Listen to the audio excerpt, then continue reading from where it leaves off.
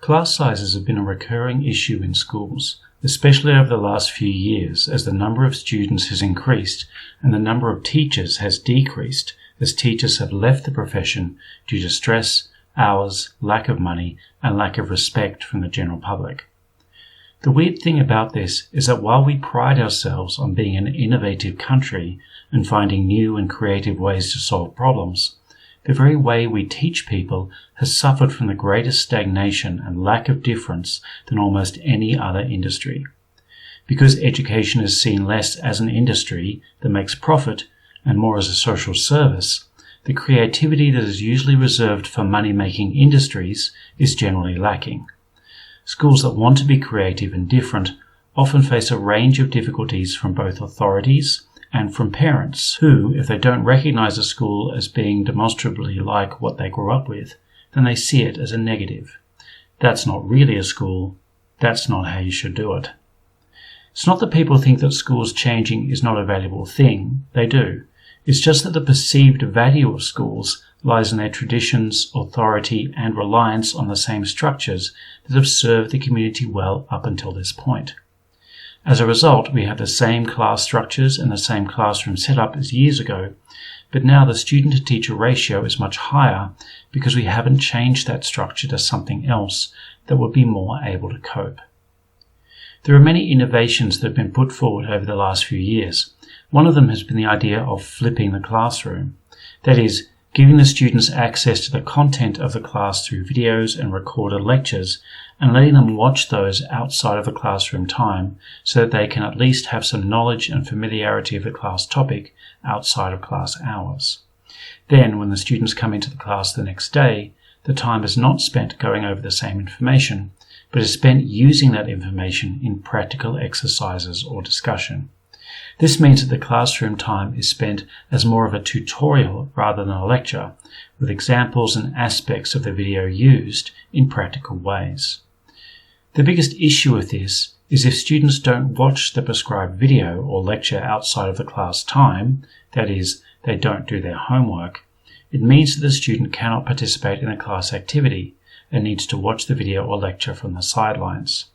They still have to watch it, of course, which helps to ensure that they don't just not do it with the hopes that they can just sit out the lesson and do their own thing. The result of not doing the reading needs to be substantially negative enough so that students will be less motivated to do it.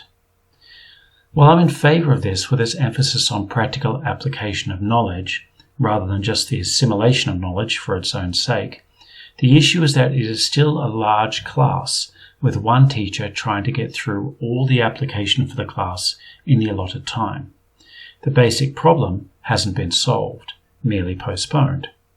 I do think that if education is going to be successful, one of the skills that needs to be taught in schools is the ability to teach yourself. Students need to be able to take charge of their own learning and to find ways of locating and using information. That is one of the primary skills of the present-day world. Schools need to be geared towards making that happen. One of the ways in which this could happen is to make every student learning contextualized and to stop separating subjects out so that they are not connected. If the emphasis is on covering all the subjects individually, then the school day will end up getting longer and longer, and teachers will need to learn more and more just in order to keep up with all the latest discoveries. Students will then need to cover more and more in the classroom, and courses will go longer with fewer teachers who can keep up with the workload. If the emphasis is on how to learn and on things that students are motivated to learn, then the responsibility to learn and to progress should move from the teacher to the student. The student should then try to find out how to do things on their own, with a teacher there just to give them basic directions. The reason students can't do this today is because they have never been taught how. The school system as we know it is based around students assimilating the knowledge that a teacher is giving them. Even though the role of the teacher is supposed to have moved from stage on the stage to the guide on the side, there is still that emphasis on getting everyone through the work in order to pass the tests. Everyone needs to get through all the content at the same pace and in the same way, which means everyone is treated the same. Not surprisingly, some students respond to this better than others, and the teachers have the difficult job of making sure everyone benefits from the same process, because it is a one-size-fits-all dynamic. One possible solution for this is to show students how to find things out for themselves from an early age, to ask questions and to seek out knowledge and find out how to do things. It would mean teaching students how to find things on the internet and libraries with help from the flipped classroom content lectures. The students would need to research and discover the answers to specific relevant questions, as well as the things that they are interested and motivated to learn. Give the students a project or purpose to work towards and allow them to work together and to make mistakes.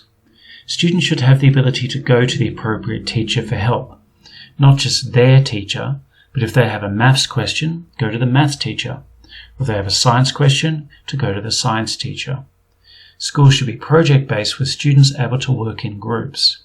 Older students can provide some guidance and leadership, since that is one of the skills that is accessible for the older students, and no specific class times or set class schedules.